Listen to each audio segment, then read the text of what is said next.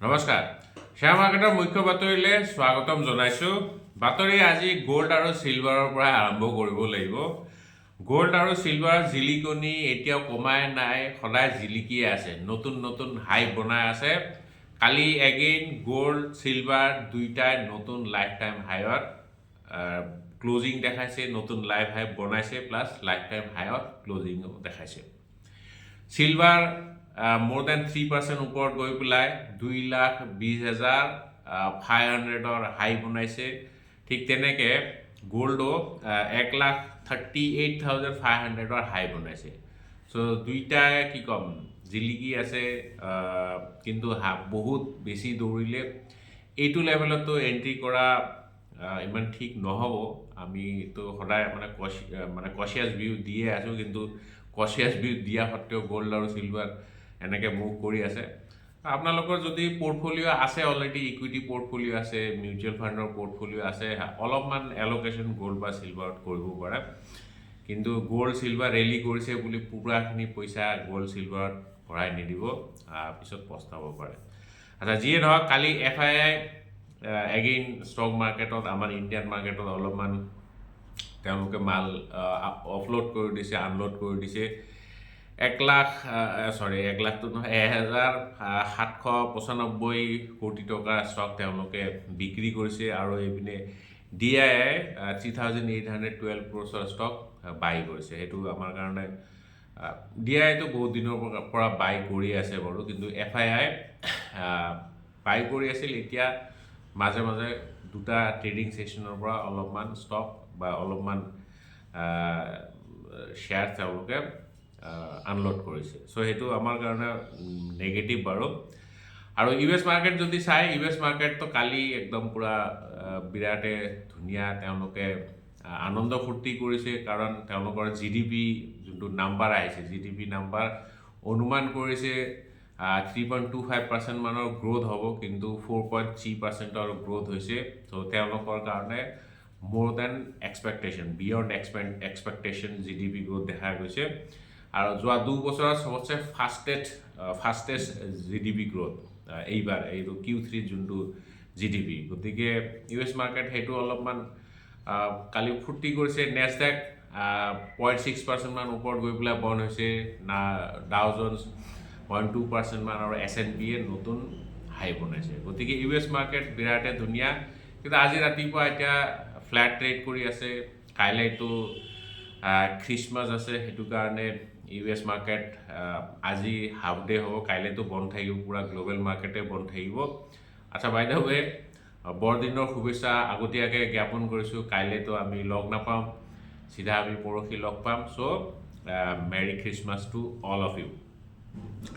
আৰু এইপিনে আমাৰ RBIয়ে 2 লাখ কোটি টকাৰ লিকুইডিটি মাৰ্কেটত দিবলৈ গৈ আছে, OMৰ জৰিয়তে, অ'পেন মাৰ্কেট অপাৰেশ্যনৰ জৰিয়তে। চ' মাৰ্কেটত অলপমান লিকুইডিটি আহিব। আৰু এইপিনে অ'য়'টো চবে গম পায়। চ' অ'য়'ৰ যোনটো পেৰেণ্ট কোম্পেনী প্ৰিজমে প্ৰিজমৰ শ্বেয়াৰ হোল্ডাৰে এপ্ৰুভেল দিছে যে অ'য়'টো লিষ্ট কৰিব লাগে। চ' অ'য়' লিষ্ট হ'বলৈ গৈ আছে, এতিয়া মানে ৰেগুলেটৰৰ এপ্ৰুভেল লাগিব। চ' অ'য়' অতি সোনকালে এতিয়া আপোনালোকে মাৰ্কেটত বাই চেলো কৰিব পাৰিব। খালি মানে অ'য়'ৰ ৰুম বুকিংহে নহয়, আপোনালোকে অ'য়'ৰ মানে ট্ৰেডিঙো কৰিব পাৰিব অ'য়'ত। আৰু এতিয়া অলপমান আমি ষ্টক স্পেচিফিক নিউজ চাম, তেনেকুৱাতো একো হেৰি নাই। ষ্টক স্পেচিফিক নিউজ চোৱাৰ আগতে দুটামান কুৱেৰি লৈ লওকচোন। আজি কোনে কি কুৱেৰি পঠিয়াইছে? অংকুৰ দাস, TMPV মানে টাটা মটৰ্ছ পেচেঞ্জাৰ ভেহিকেল ষ্টকটো অলপ চাই দিবচোন প্লিজ। অ'কে, টাটা মটৰ্ছ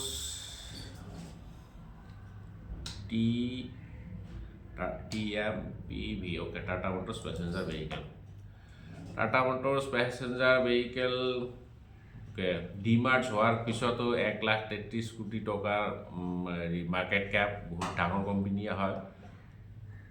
এতিয়া 10 বহুত সস্তা হৈ আছে, আৰু ভাল ডিভিডেণ্ড ডিলটো দিয়ে আছে, কোম্পানী ডিভিডেণ্ড দি থাকে। বুক ভেলু অ'কে, কোম্পানী এতিয়া কিন্তু সস্তা হৈ আছে। মোটামুটি ভালেখিনি কাৰেকশ্যন দেখাইছে 490ৰ পৰা এতিয়া 360। চ' 150 টকা প্ৰায় 130 ৰুপিজৰ কাৰেকশ্যন দেখাইছে। চ' 130 ৰুপিজৰ কাৰেকশ্যন মানে মোটামুটি ভালে, প্ৰায় 28-30% মানৰ কাৰেকশ্যনছ।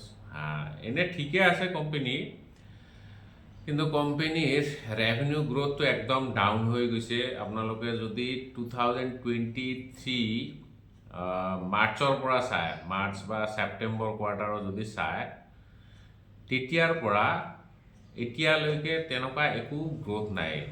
মাৰ্চ, ছেপ্টেম্বৰ বা জুলাই কোৱাৰ্টাৰৰ, জুন কোৱাৰ্টাৰৰ যদি চায়, চ' 1,02,000 crores চেলছ কৰিছে, আৰু এইবাৰ ছেপ্টেম্বৰত 72,000। ইনফেক্ট চেলছটো কমিয়ে গৈছে। সেইটো কাৰণে ষ্টক ভালেখিনি কাৰেকশ্যন দেখাইছে। কিন্তু যদি ফিউচাৰত গ্ৰ'থ আহে তেতিয়াহ'লে আৰু ওপৰলৈ যাব। কিন্তু যেতিয়ালৈকে গ্ৰ'থ নাহে তেতিয়ালৈকে এইটো অলপমান দিগদাৰে আছে। এনে কোম্পানীৰ ফাণ্ডামেণ্টেলছ ইমান বেয়া নহয়। চ' হয়তো লং টাৰ্মত গ্ৰ'থ আহিব পাৰে। আৰু কি দাদা, আপোনাক লগ কৰিব পাৰিম না? বিকাশ ব্লগ। মোকতো লগ তেনেকৈ নাপাব। যদি লগ কৰিব বিচাৰিছে তেতিয়া লগ মানে কথা পাতিব পাৰিব, গুগল মিটৰ জৰিয়তে পাৰিব। RLBR মিট যোনটো, তাৰ জৰিয়তে পাৰিব। আদাৰৱাইজ মই এনে কাকো লগ তেনেকৈ নধৰোঁ, চৰি, বেয়া নাপাব, বহুত টাইম ৱেষ্ট হয়। চ' গুগল মিটৰ জৰিয়তে আপোনালোকে লগ কৰিব পাৰিব, RLBR মিট বুলি। চ' RLBR মিট গুগলত চাৰ্চ কৰিলেও পাই যাব RLBR মিট কি হয়। তাত মানে আমি 1-to-1 কনচালটেশ্যনে দিওঁ। আৰু নৱজ্যোতি বৰুৱা ছাৰ, ক্লিন চায়েন্সটো আৰু STL টেক কোম্পানীৰ FII হোল্ডিং বাঢ়িছে, তাৰমানে এই কোম্পানী দুটা ফিউচাৰ গ্ৰ'থ হোৱাৰ চান্স আছে নেকি? জানিব বিচাৰিছে ৰকে। ক্লিন চায়েন্স FII হোল্ডিং বাঢ়িছে বুলি অকল এটা পেৰামিটাৰৰ ওপৰত ডিপেণ্ড কৰি কেতিয়াও বাই নকৰিব। FII হোল্ডিং বিভিন্ন কাৰণত বাঢ়ে। চ' সেইটো কাৰণে আপুনি অকল FII হোল্ডিং চাই পেলাই নকৰিব, বাই নকৰিব। লগতে আনবিলাক পেৰামিটাৰো চাব লাগিব, যেনেকৈ PE ৰেচিঅ'টো চাবই লাগিব, কিমান কষ্টলি হৈ আছে। ROE চাব লাগিব, চেলছ গ্ৰ'থ চাব লাগিব, EPS গ্ৰ'থ চাব লাগিব, কোম্পানীৰ প্ৰমোটাৰো চাব। চ' সেইবিলাক চোৱাৰ পিছতে সিদ্ধান্ত ল'ব। বিজনেছ মডেলো চাব লাগে। এনে অকল FII হোল্ডিং বাঢ়িছে বুলি কেতিয়াও ষ্টক হোল্ড কৰিব নালাগে বা বাই কৰিব নালাগে। বাট এইটো এটা পেৰামিটাৰ হয়, ভাল পেৰামিটাৰ, যে FII হোল্ডিং বঢ়াইছে। They are the smartest people in the town. So' যিহেতু ইহঁত বহুত চালাক হয়, বহুত ৰিচাৰ্চ কৰে, গতিকে তেওঁলোকক ফ'ল' কৰাটো ভাল। কিন্তু তেওঁলোকৰ হোল্ডিং চাই ইনভেষ্ট কৰিব নালাগে, আৰু বেলেগ কিছুমান পেৰামিটাৰো চাব লাগে। ঠিক আছে। চ' যিয়ে নহওক, আজি এতিয়া আমি অলপমান ষ্টক স্পেচিফিক নিউজ চাম। HCL টেককে মাইক্ৰ'ছফ্টৰ ডিস্কভাৰী প্লেটফৰ্মৰ লগত কোলাবৰেট কৰিব গৈ আছে। ডিস্কভাৰী প্লেটফৰ্ম হ'ল এডভান্স এজেণ্টিক AI টুল। চ' AI টুল মানে AI প্লেটফৰ্ম হয়।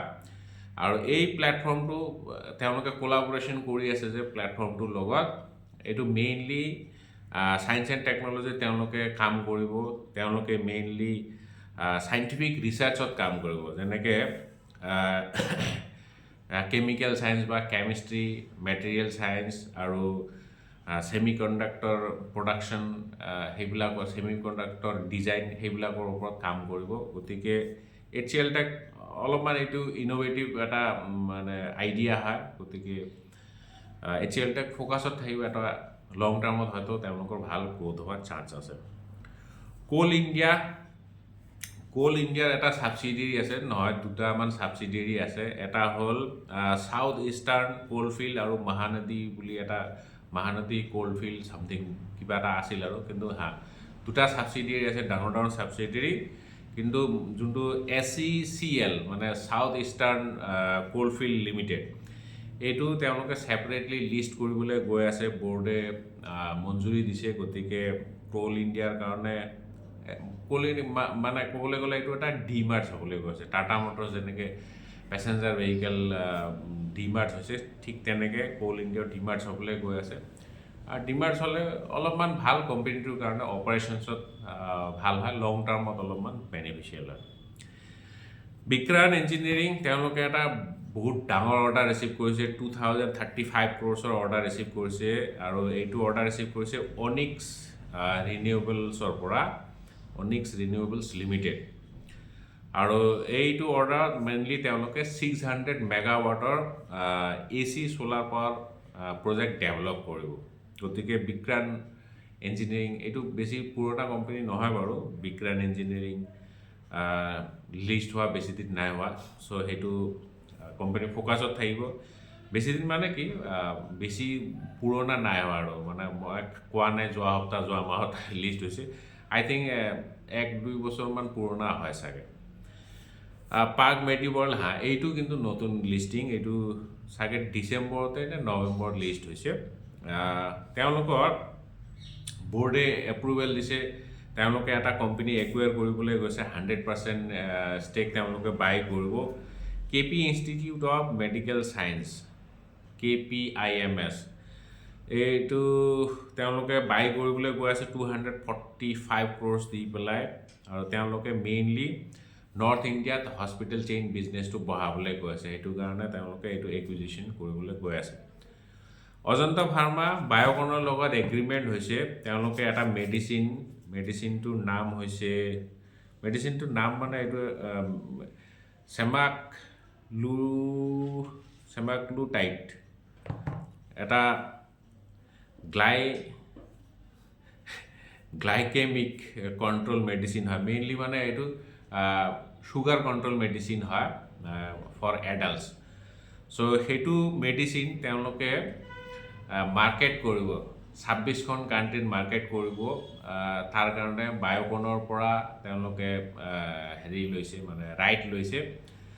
আৰু 3খন country, Middle East, Central Asia, 3খন নহয়, 3খন মানে ৰিজন, 3টা ৰিজনত, মিডল ইষ্ট, চেণ্ট্ৰেল এছিয়া আৰু